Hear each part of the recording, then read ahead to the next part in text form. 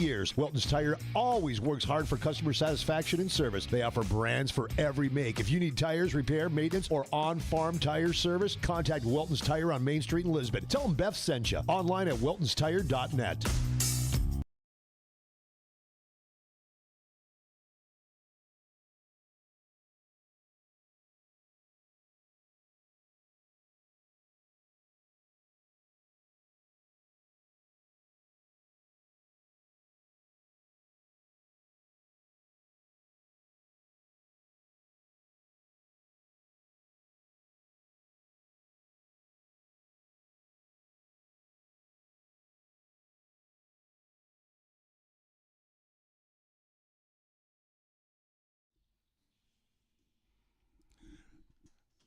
Welcome to the hockey guys. We got Coach Wilson, we got Doc Johnson, Jeff Braid all here. Eddie Christian, he's sitting on a beach someplace again, and man, he must be making up a lot of stuff for his wife. But some interesting games last night, and let's start off with North Dakota, boys. What a battle last night with University of North Dakota playing Western Michigan, number 4, Western Michigan, one of the best teams in the nation, and likewise with North Dakota, and they battled down into an overtime. Doc, what do you think? You know, it was one of the better games I've seen this year already. I really enjoyed the energy, the effort. The place wasn't packed, but it was loud. But I'll tell you what, Western Michigan is a very, very good team, very skilled. Very disciplined. I think they'll probably make a pretty decent dent in the playoffs here as we move along. Yeah, both those teams last night were playing in postseason. Yeah, and it was nice to see Cameron Berg back. I mean, he's rounding out into form again. So I think the guys will be okay. Be fun to see how they do tonight. Hope they bounce back.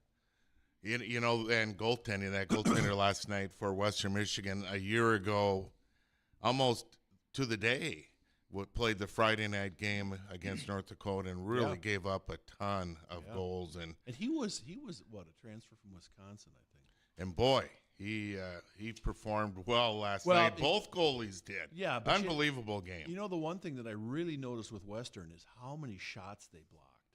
Wow. I'll bet North Dakota had over 60 attempts, and I think the shots on goal at the end of the game were like 25. But boy, Western's defense and even their forwards would get in the way. And I want to ask Pat about that because that was really evident. They were blocking a lot of shots. As a former defenseman, I like that. And I heard once you're playing a good team once, every 8 shots can prevent a goal. But if you're playing a great team, it could be every 3rd shot preventing a goal if you're blocking them. And as a former goalie, I loved it when you guys were out there sacrificing your body. Just don't deflect it, Will. So either you stop it or get out of the way. Well, let's put the overtime goal, the winning goal for Western Michigan, in perspective. North Dakota ended up picking up a penalty late in the 3rd period. Right. Luis Jamernick, the 15th. And a little questionable. Mary Kay call, right? Yeah, but Mary Kay makeup. And if Schmitty's listening, but the other one was a little questionable, so they kind of evened out. And that carried over to the overtime. Usually it's overtime in the NCHC.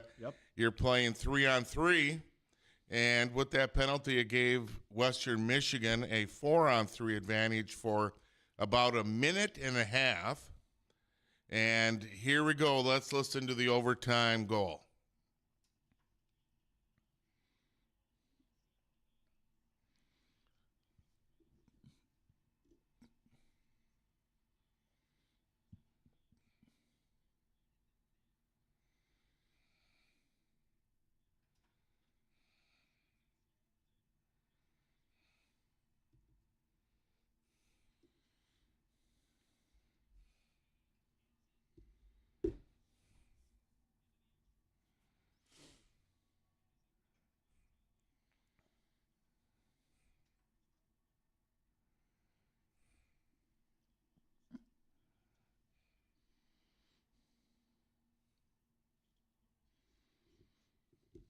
You know, what's cool about that goal is Alex Baum scored the second goal Yes, he did.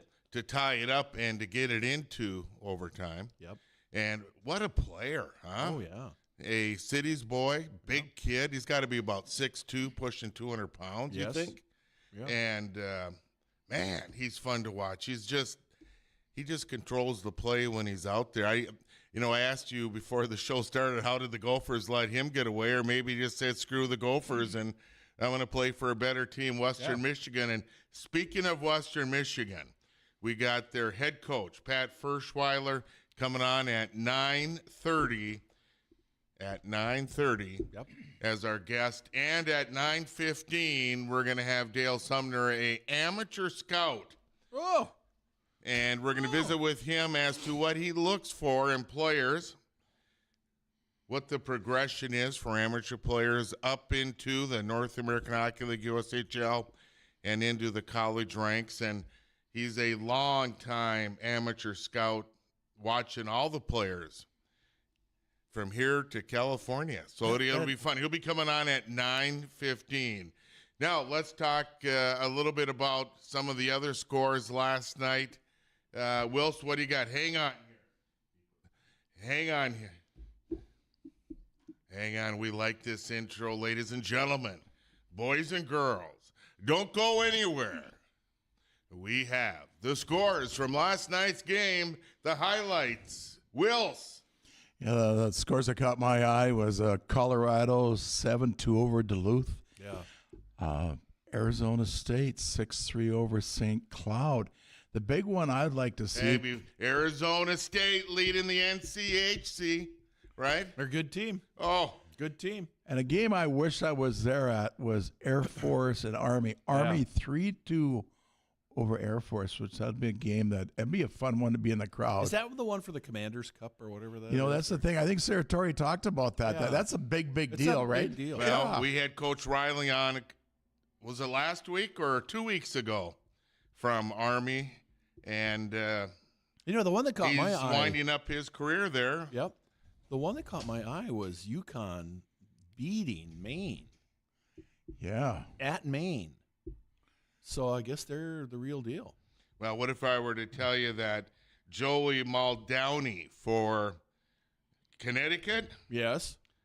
scored 4 goals, all the goals. No way. For Connecticut No way. in their with their victory over Maine. That is a big victory for Connecticut. Yeah, I took a look at that game last night and said, wow. And the Minnesota Gophers won, and Snuggerud picked up 2 goals last night. Yeah, what, Notre Dame? Yeah. Yeah. But another one is Michigan over Michigan State, Yeah, 3-2 that's- overtime. Yep. Battle in the D. See, Yeah. I thought you were going to jump on that one. My but bad, you my fought bad. back. I was just coming back. In fact, my darling daughter, the Michigan grad, was with me at the game last night, so it was fun. Nice. Yeah. The one that just had the baby? No. Other daughter. Other daughter, Okay. the medical student. Because I got to see toes on Facebook Oh, with the Coleman family. I love that. Yeah. That's a great family. Your yeah. wife's got great in-laws, and they're good people. They're going for the baby pictures today. So it'll be Oh, yeah, interesting. for sure. You got to. You can never get enough of those Yep. photo albums, Oh, right? Yeah. Oh, yeah. You know, there's 2 teams I want to talk about that are independent.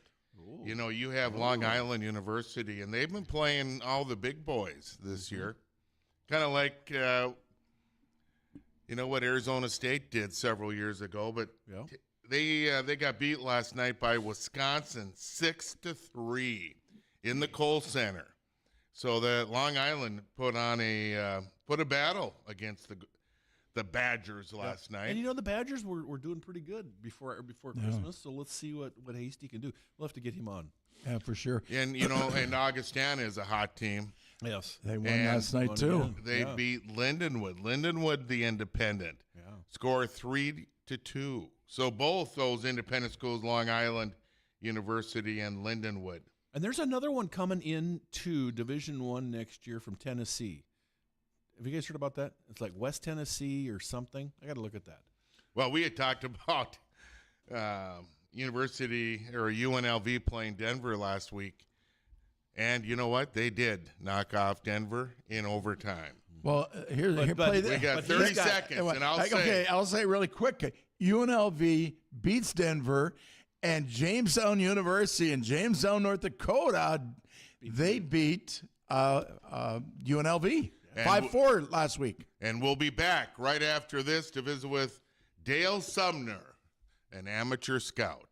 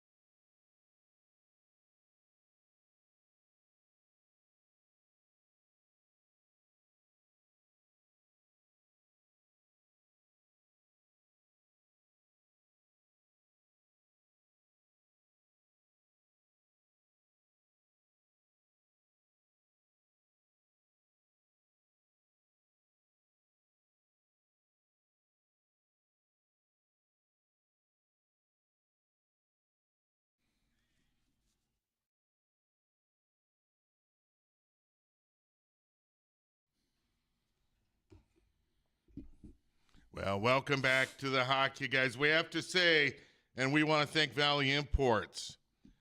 Valley Pre-Owned. They're the best price leaders in the region. Find your next vehicle at valleyimports.com. Thank you very much.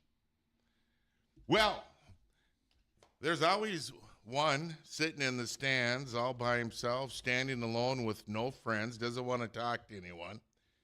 He's got a notepad, pencil, and pen, and he's just observing.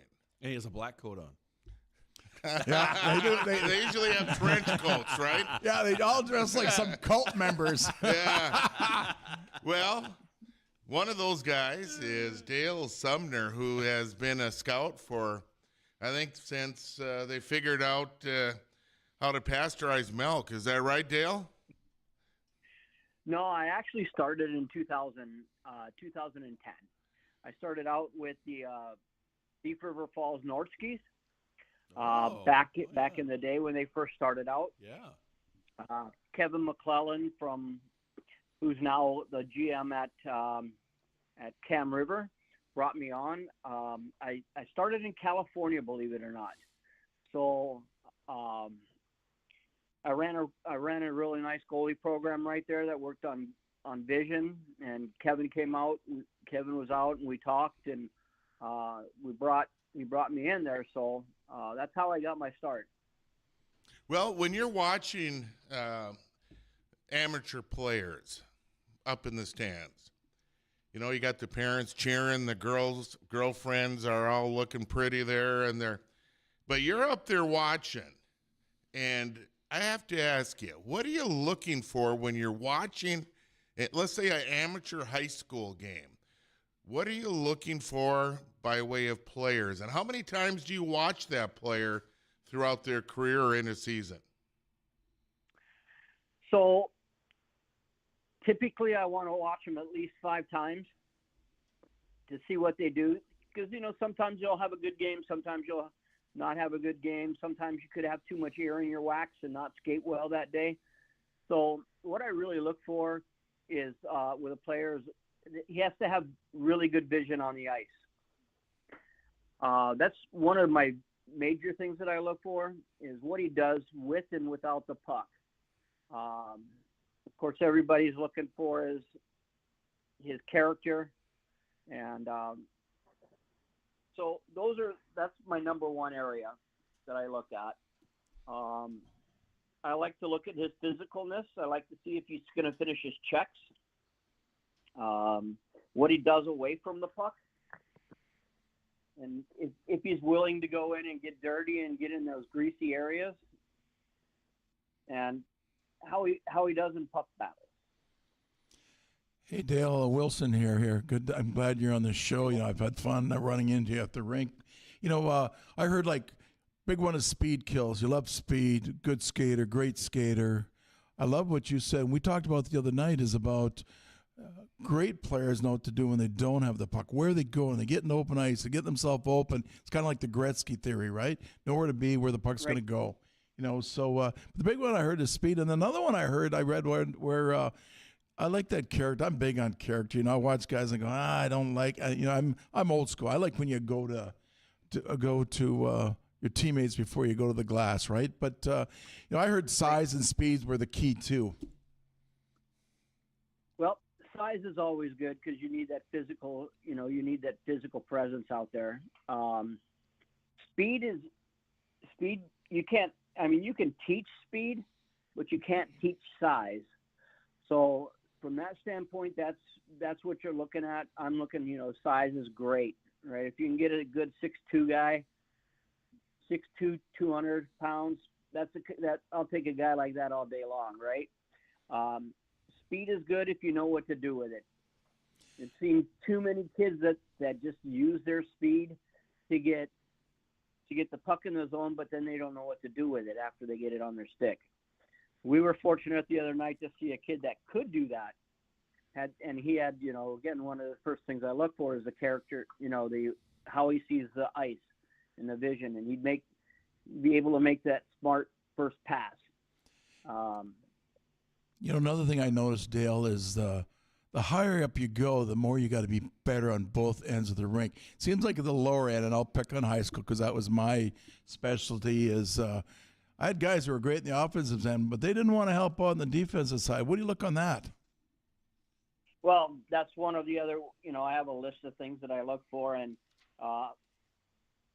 you know, what he does away from the puck is very, very important as well, and how he gets up and down.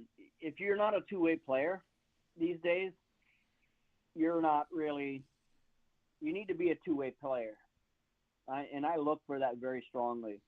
I'm fortunate enough to work with several different teams, and each team is always looking for something different, right? One team will tell me, hey, this is the kind of player I'm looking for. And then another team will say, this is the kind of player I'm looking for. And it varies from team to team, of course, because they know what they have a little bit and how they want to build their program moving forward with that.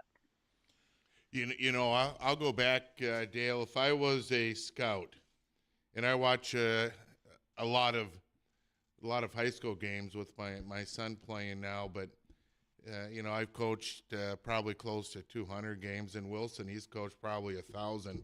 what stands out to me is a player that's and you say the word a two-way player, and not all of our listeners are highly educated like Coach Wilson here is about what two-way players means. But when you use that term, what do you mean by that, Dale? Well, you get into the play. Let's say you're in front of the net trying to make a play. Can you get back? Can you get back to help your decor out as a forward? Can you get to the pucks in the corners? Can you take a kid off the puck along the boards? Those are all important things, but you have to be able to do it. And a lot of the kids that I see, will get up the ice really, really well, but they're nowhere to be found in the defensive zone when the puck is in their defensive zone. They just won't go back and. Yeah, excuse me, Dale. Go ahead. I interrupted you.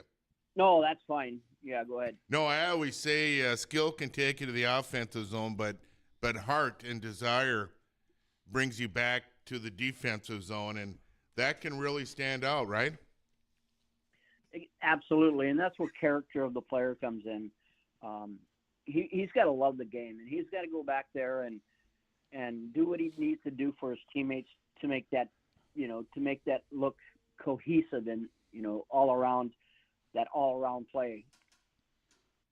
Dale, Doc Phil here. I have a question for you. We've been kind of working through not only the physical attributes that players have and what we see and how we kind of grade them.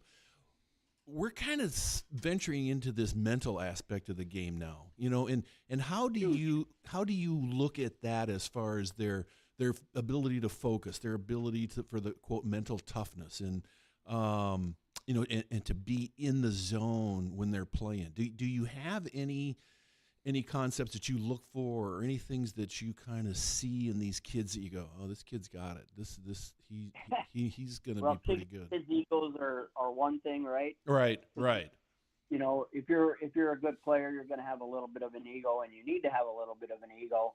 But how does that translate on the ice? Right. So, like I said, I used to run a goalie school, and my main objective was vision. I taught vision. Yep. I know a lot of people haven't had the opportunity to go to North Star Christian Academy. There's a synaptic vision system that lets you see parts of the game that you would normally see. Man, where was that when I was coming up? Jeez. Right? No doubt.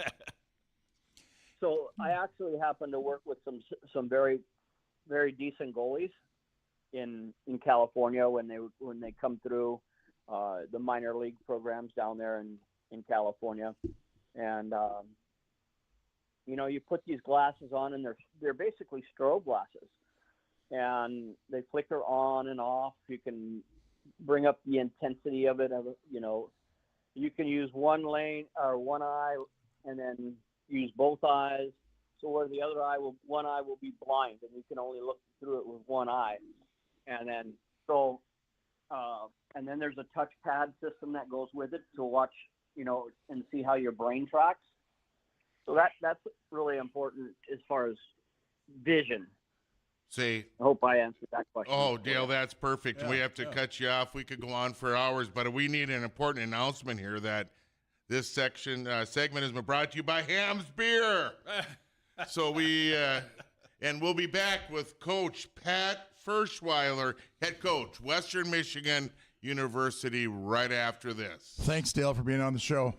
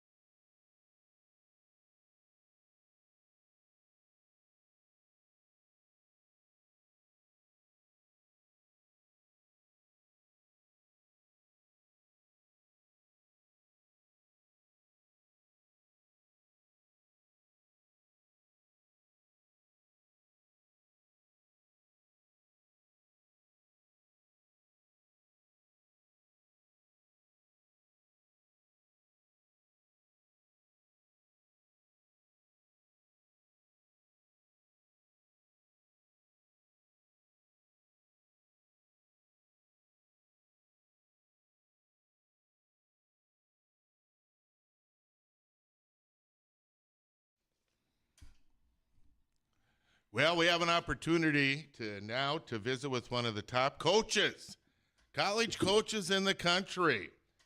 Pat Ferschweiler, Western Michigan University. There Broncos. We go. The Broncos, their home ice is the Lawson Ice Arena. Home of the Lawson Lunatics. Coach Ferschweiler, thank you for joining us Knuckleheads this morning. And first of all, what a game last night against University of North Dakota. Fantastic hockey game. Oh, what a great college hockey game. It's always a good battle. Two teams of similar styles, both play hard, both competitive, both big and fast, and we were lucky enough to come out on the good side of that one. You know, the atmosphere in the arena amongst the fans and the players, they I think both teams realize that it's a postseason atmosphere, and the battle for postseason credibility and standings are on the line, and this is a tough weekend. Well, there's no doubt, and I mean our league, I believe, is the best league in college hockey from top to bottom, and Here. this is what it feels like for the rest of the year. It's just real competitive, really skilled hockey. Great for the fans to watch. Great when you come out on the good side of it, but every game is going to be competitive in this league. Pat, Doc Phil here. Watching that game, I mean, I was just impressed with the skill, on both sides, but I think a little bit more on the Western side. But also the other thing that I was really impressed with was that your players were doing all the small things. I don't know how many shots you had blocked. I didn't see what the numbers were, but there were a lot, and there were a lot of pucks not getting through to your goaltender, which is awesome. But then also the forwards were back checking, and they were coming back, and I was watching the bench, and it really seems like they have a really good idea what the game plan is, and you just kind of direct them a little bit. You get the players out in the right positions and don't have to, yell and scream and everything else, and I love that. Yeah, no, we try to. I believe if I'm calm, they'll be calm, and calm to me means good decision making. That's a good point. I think if you can get that into your team, which I believe we have, and a lot of that is from our captain, our leader, Tim Washy. Yep.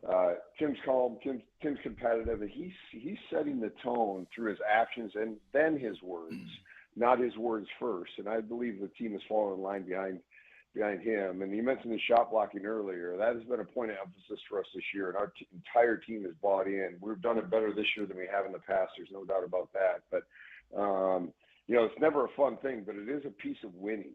Yep. And then that's fun at the end. Everyone knows that puck's real hard, and people shoot it real fast and real hard as well. So it hurts. You have gear on, but that puck always seems to miss your gear. You guys know that. No doubt. You gotta, and so it's a real sacrifice to go ahead and get in front of those shots. But it's a choice between deciding to do whatever you can to win a hockey game, and I think our players have done that throughout this year. Yeah, and you see that in the Stanley Cup playoffs, every year. I mean, now guys doing those extra little things that really get the team over the hump or get them in the right direction. I was impressed. I mean, I was really impressed how many shots were being blocked last night, and how the D was butting up everything right in front of Rowe. So. No, I thought they did a good job. And then when it did break down, I thought Cameron Rowe was excellent. I mean, there was probably, 5 to 7 grade A opportunities with highly skilled players on the other side that Cameron was able to match them. So I thought he really, played big. And I thought their goalie played well as well. We had several grade A looks at their goaltender. He played well. Yeah, I mean, he found that puck in between all those players and gloved it several times. And I went, wow, that's top level. You know what? Yep. And I should say, Rowe is up for the Richter Award as one of the top goaltenders in the nation, and your backup is also, is he not? Well, let's call him 1A, 1B. I don't know. Yeah, I didn't know how you wanted me to say that, but hey, I want to restate this. Very seldom I have never seen two goalies for one team both being nominated as the best goaltender in the country, the Richter Award. Talk about that, Coach. Yeah, pretty special to have that luxury back there of two guys playing at a super high level. And, Cam's been basically played every minute of almost every game for the last 2 years. And we told him as he's graduating now moving on, we're going to have to bring someone in that's going to challenge him, one, for ice time this year, and then set us up for the future years of Bronco hockey. And we were lucky enough to get Hampton Slukinski over over the summer, and he's a superstar. This kid is as calm and good a goaltender as I've ever been around. There's no doubt. And then you got Cameron, played most of the Friday nights, and Hampton playing Saturday nights, and it's worked out well for us. And I think we're going to obviously keep that going for the foreseeable future here. Coach, we reach all the way out to Minot, North Dakota. We have an affiliate just a little bit west of Minot, and you have a player on your team, Zach Naring, from my hometown, Minot, North Dakota. Visit with us a little bit about the North Dakota native, Zach Naring from Minot, on your roster. Boy, are we lucky to have Zach on our team and part of our organization. One, he's a tremendous young man, world-class kid, and this kid just wants to be a hockey player. We found him at Shattuck. He was at Shattuck St. Mary's, obviously a hockey factory in southern Minnesota. And, we were immediately attracted to, one, his ability, but two, his work ethic. And I thought this kid has, and that's a big piece of our success, find people with inner drive that want to be great. And his coaches couldn't say enough about how hard he worked every day, how bad he wanted to be great at hockey. And, so we commit him. Then he just took off, and he scored a bunch at Shattuck. He went in the third round of the NHL draft to Winnipeg, went into the USHL last year, had an early injury and struggled through the year. But we had no doubts we were bringing him in this year, and I knew he was going to be successful inside of our system. And he's come in, he's done everything we've asked. He's worked his butt off every single day, and now he looks like a future NHLer to me. He's 6'5", he's competitive, he's got a great stick. He's got a really good mind for hockey. He's got enough offense in his game. I think he's going to play in the National Hockey League for a long time. Hey, Pat, this is Wilson here. Now we got to listen to Braid. I'll talk about Minot for the next month up here. We got to deal with him because he's from there. Thanks a lot, Pat. Appreciate it. But I'm going to birdwalk. You're welcome. Yeah, thank you. His ego's already big. But anyways, I'm going to birdwalk a little bit. You're from Rochester, Minnesota. You talked about southern Minnesota, right? Did you play at Mayo? John Marshall. Yep. Oh, John Marshall, okay. Because I'm looking up at Lauren Grosso, and I was looking up his bio. I love talking to him. I was at Fargo South. We'd go to the Christmas tournament, and I just thought he was just a great man, 50 years coaching, and I thought maybe you might have played for him. My other one, though, I got to throw it because I like to birdwalk a little bit. San Francisco Spiders. Who the heck are they? Oh, yeah. How do they chant spiders in San Francisco? Spider. Well, you just covered a lot of ground right there. I look and I go, who in the heck are they? So, one, I want to get back to Coach Grosso, who is certainly a mentor of mine and a coaching legend in southern Minnesota, and could not have done a better job or been a better person throughout his time. So, big-time influence on me as I went to his hockey schools, and he mentored us as youth kids all the way through, and a lot of kids in Rochester that turned out to be successful in life and in hockey. Oh, big thank you to Coach Grosso for sure. Tremendous man. But yeah, San Francisco Spiders, they were in existence for 1 year. I got traded out there. Actually, I got a pretty good story. I got traded out there from Kansas City. Kansas City. I got traded, Kansas City Blades. Yep. Played there for most of my career, but I got traded to San Francisco on December 23rd. So I had to fly to San Francisco on Christmas Day. And I get out to San Francisco, and the guy that was supposed to pick me up from the airport didn't show.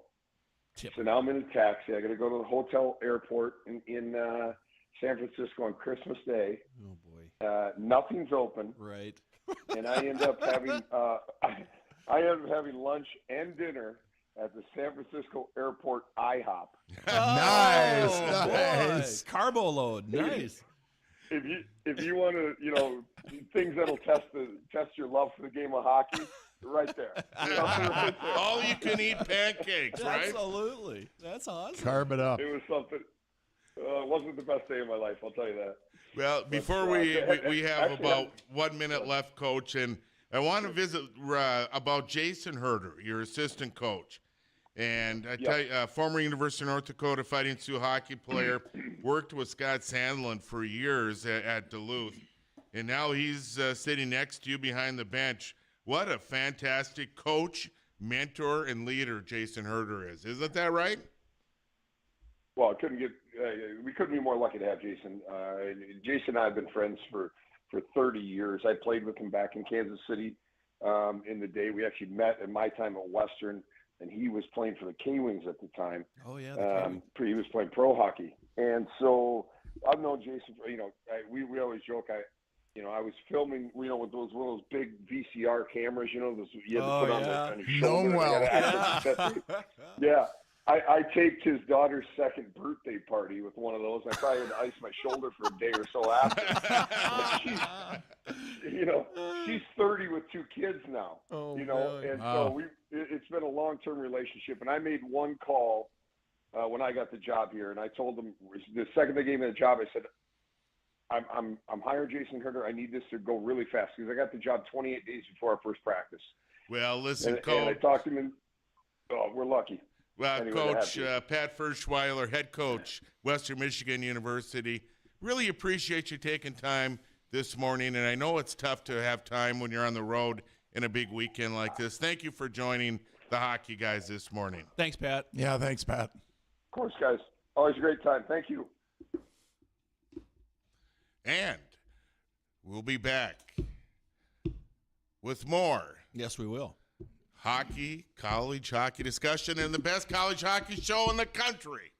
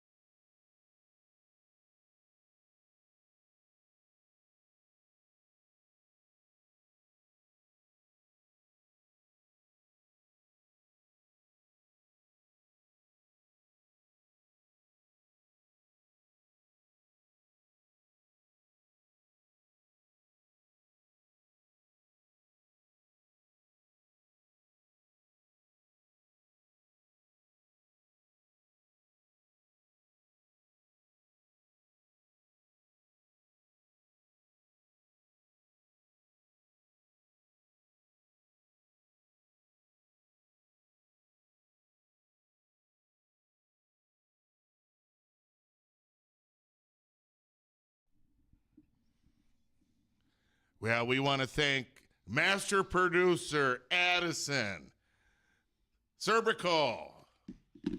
Thank you for producing today's show. We never thank you enough, but you are the master of disaster behind the keyboard over there. Thank you. Nothing truer has ever been said about my career here than the master of disaster. I like that one.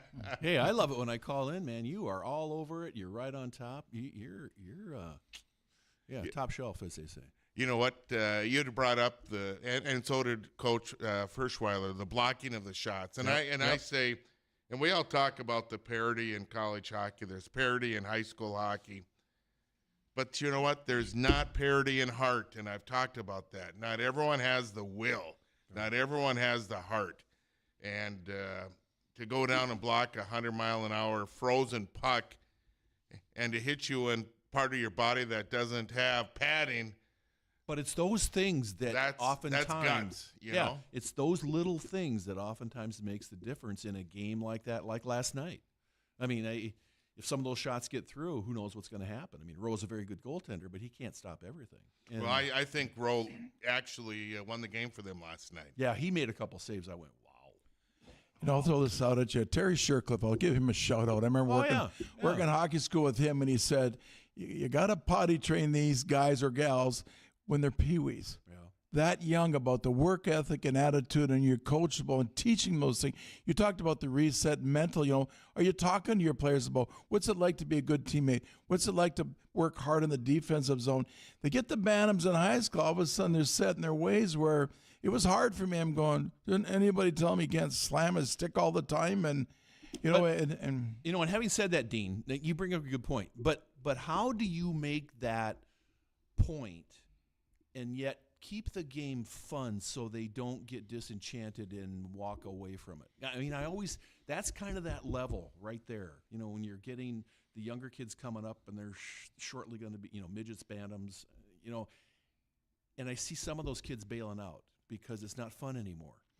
But because they're having to work harder, to help the team. Well, I got to throw it out at you. You know this guy too, Dave Tooney. Yeah, very well. Played with him. Yeah. But I bragged about it. He was in our youth program, and he had hockey school. You get tons of kids. And people would bag on him because this is an oxymoron to me. They're having too much fun. I go, you kidding me? Like, kids love his camp, and he made it fun. But he was getting the base of the pyramid wide. A lot of kids were playing because of Dave Tooney, and I got to give him a shout-out because I thought he was amazing. Good kids loved him. My daughters went there. They loved him. And right what you're saying, Dr. Phil, is that it's that balance. You can't scare them off. Right. I love what Pat said. Let them play, and I think let them play so they don't play scared. There's nothing worse than you come to the bench. Am I going to get yelled at? I mean, when can you overcoach? They're going to make mistakes. Let them play and have fun. Right, and Dave Carl does that as well. Now, I noticed that in my inner workings with him, interactions with him, and Pat does the same thing. I was watching him last night, and I knew him from being an assistant with the World Juniors. And he's fun on the bench. I mean, he's joking with the guys. He's going, hey, that was a great play. I wish I could have made that when I was playing. Just get those kids relaxed. And I think he's right. As they're relaxed, they play better. If they're having fun. Yes, they exactly. play better. Every age group. Yep. Yeah, I'm going to go back to your question you asked Coach Wilson is how do you teach these players, how to do the little things. Do the little things. And I'll tell you this, I think video is huge. And I'll go back into high school. Kids don't watch video nowadays. yeah. You got to put it on their Game Boy. Yeah, exactly. And their iPad. But I look at this and say, and we talked about this before the show started. Here's a guy that received a fantastic pass from a teammate in the offensive zone, set him up for a terrific goal.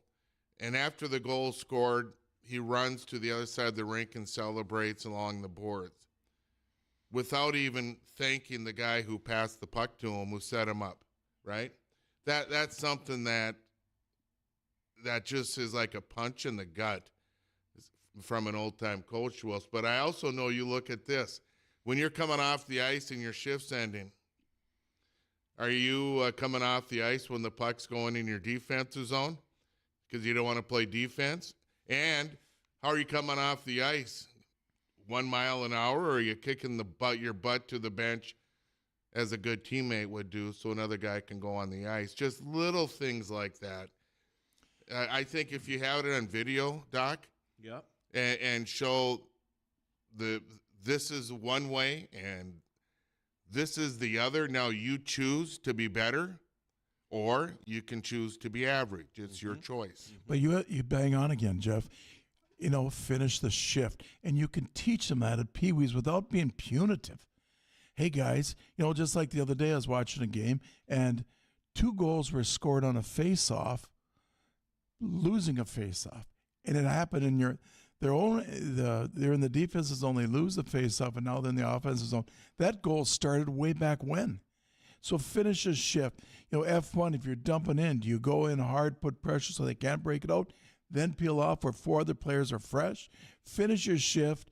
And, everybody's got, all of a sudden they're out there for a long shift, and they got the gas to go back to the offensive zone again. I go, get off. Yeah, but then we also see a 3-on-2 going down the ice. The guy with the puck is just spent, right? You're in a 3-on-2, right? And he dumps the puck in. Then he goes off the ice. Well, give it to someone who's got some wheels. Play F3 or get off the ice, but at least don't throw the puck in the corner and give it up. Right. Right. Well, I drove me nuts, kids. I watched teams that were so overcoached. Yeah. A 3-on-1, short shifts, they dump it in and they all peel off. I go, you got to recognize vulnerability and you go for the throat. And you bring up a good point. There are coaches that overcoach, and you see that not infrequently. And they're hollering on the bench and they're doing, it's like, no, accentuate the positive. They know when they screwed up. You don't have to tell kids that, but you remind them that, hey, you did really good. Next time, maybe try this. You don't have to be so negative. Not that it was the Herb Brooks of the world, but I remember one team was so overcoached. I go, you guys, we're not doing the umbrella up top. We're going to do the sidewall. And they set up in the diamond. They couldn't adjust. They're looking at the bench going, what's going on? They're not up front because we moved it on them. You got to be able to adapt, shift.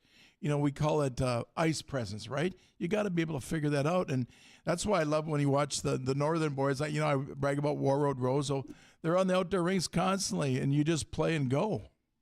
Yeah, some of the best games I remember and some of the best hockey moves and passes and goals I scored were on the outdoor rinks, right? Because you're having fun, right? You're having a good time playing. Right. Then all of a sudden you get on the ice during a high school or junior or whatever, or Bantam, and you're just getting your tail barked at and you just hate it. Yeah. Just like, let me out of here and go back on the outdoor rink. And see if you got to have fun. And if we would have known that years back, what Stacy says, hey, we got to get out of our guys? circle. It's a wrap for the hockey guys.